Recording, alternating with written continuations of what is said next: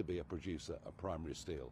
Some will talk about the arc furnaces, but they of course consume vast amounts of electricity, and our electricity prices for industrial users are the most expensive in the world.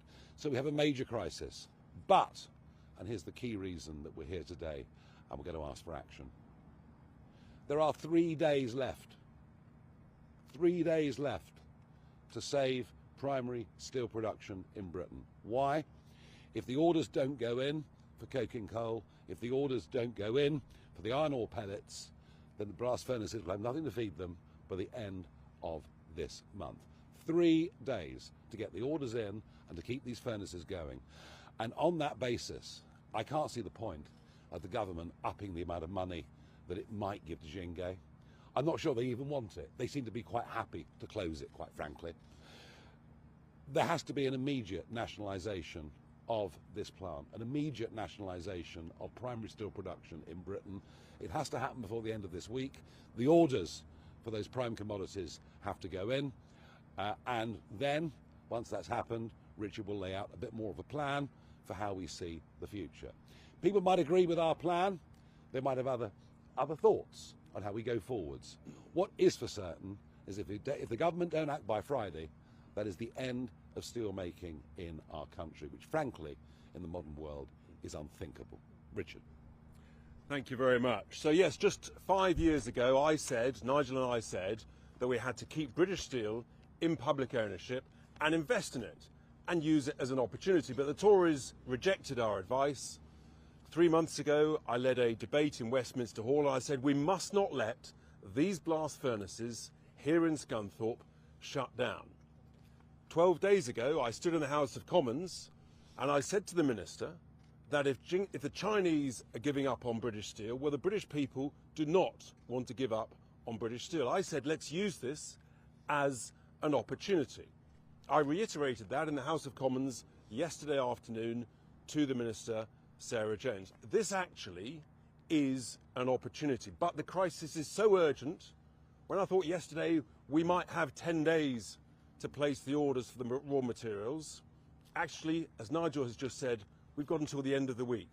We've literally got 3 working days. And it's no good thinking short term or kicking the can down the road and saying, oh, well, let's just up the bid to Jingay a few $100 million. It's no good the government just saying, oh, we'll place the order for a couple of months whilst we keep talking. No, this is the time to seize the opportunity, to go for it, to think big, to think boldly. And we have a series of suggestions to put to the government, to put to the British people, because actually, the opportunity is, let's nationalise British steel into public ownership. Then let's bring in some of the best global management in the steel industry and come up with a long-term strategic plan to make this a viable business. And that involves, for example, not writing off these blast furnaces and saying you've got to build electric arc furnaces with the most expensive electricity in the world that will never be viable. No. We need to refurbish, reline these 2 blast furnaces, give them another 20 years of life, think about long-term government and public sector procurement contracts for rail, for construction, for special profiles and the like. And then I think actually we've got the opportunity to think even bigger than that. Why would you build new electric arc furnaces here in Scunthorpe when there's a couple of electric arc furnaces down the road at Rotherham lying idle, owned by Liberty, that clearly have got no ability to get them going again? So actually the opportunity, folks, is to think big, think boldly, take those into public ownership, merge them into a unified group, and then actually we can have a serious, successful, viable British steel business that is focused on the United Kingdom. Long-term procurement contracts with the public sector, long-term procurement contracts with the private sector. This has never happened before in the UK.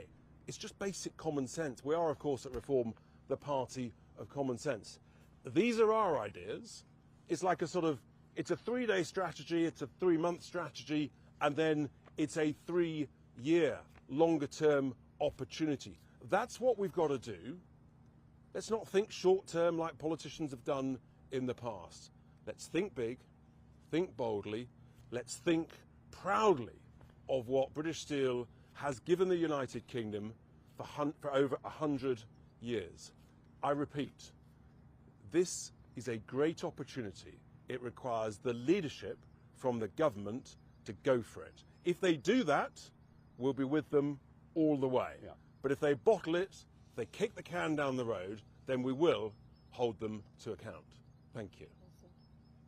Excellent. And we'll do one-on-ones with whoever so wants them. Yep. Thank you very much indeed. Thank you very much, everybody. Thank you. I guess they'll all sort of spread out and do whatever they do. So, fine. Yeah, you can choose your own pitches then, can't you?